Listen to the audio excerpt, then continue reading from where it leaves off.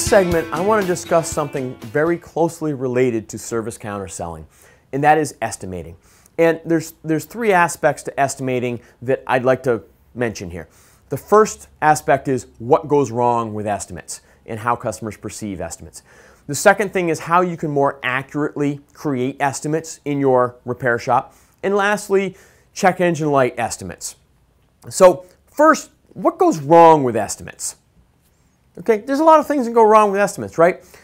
The technician underestimated the amount of time it would take, as in the repair takes longer than expected. The parts were estimated improperly. Maybe you got the wrong price for a part, or there were more parts needed than what you expected. Something breaks during the repair that was unexpected. Lack of diligence during the initial inspection creates some challenges. Maybe a poor diagnosis creates some challenges. So these are all things that can go wrong with an estimate. What is an estimate to the customer?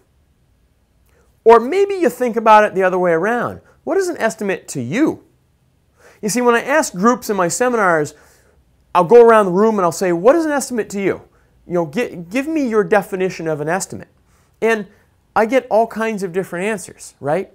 Well, it's easier to answer what is an estimate to a customer. Because to a customer, an estimate is a price tag. It is what that repair is going to cost, period. It is walking into the clothing store and buying a t-shirt for, whatever, $15. You and I, in the industry, we understand that that estimate is essentially a best guess.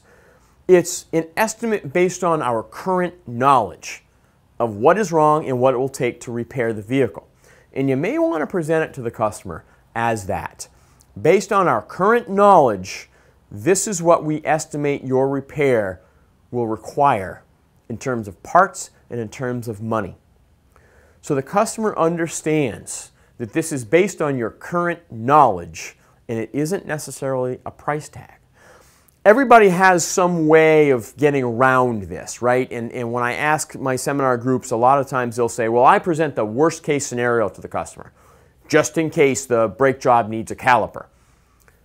Okay, but the issue I have with that is if you present a $250 estimate to me and then you say, if we discover that you need calipers, Mr. Customer, it's going to be an additional $200 each side for a total of, $850, I might go, oh, okay, well, there's no way they're not going to need those calipers, so you're basically telling me I need $850 worth of work.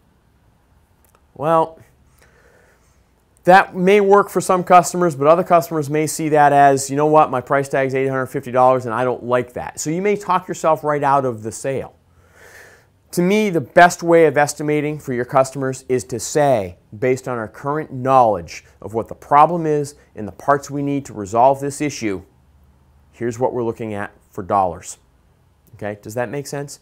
Now, when it comes to check engine light estimating, that's a big can of worms, right? When that car comes in and the check engine light is on, to the customer, it's a light that's on that needs to go out.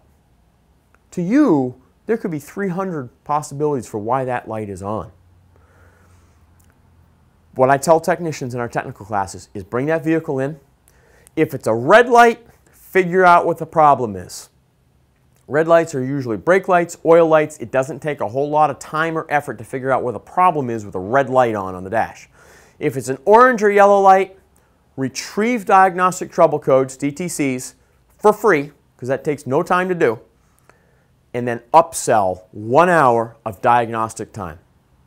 So check engine light estimates should always, always, always begin with 1 hour of diagnostic time. Here's your responsibility.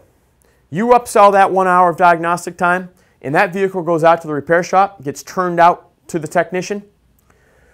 Many technicians are like bulldogs. They sink their teeth into something, they don't let go. That means they don't look at their watch.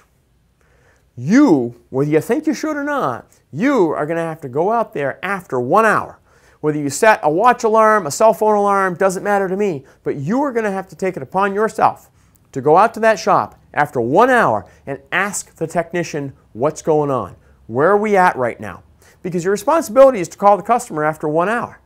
If the technician gets 2 hours or 3 hours into a diagnosis, or heaven forbid more, you're not getting paid for that time. You're not going to be able to go back to the customer and say, well, we have 3 hours into this diagnosis now. I told you an hour, but it's another $160. No, it doesn't work like that, does it? So take it upon yourself to go out and talk to the technician after that 1 hour and say, where are we at? If you need to sell the customer more time, great.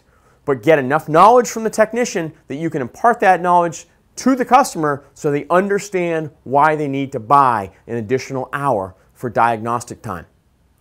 Check engine light diagnosis, pull the codes for free, upsell 1 hour of diagnostic time based on what those codes are, check with the technician after that 1 hour, and be sure to return the customer's phone call after that 1 hour. You call them back after 1 hour, it sends a very important message.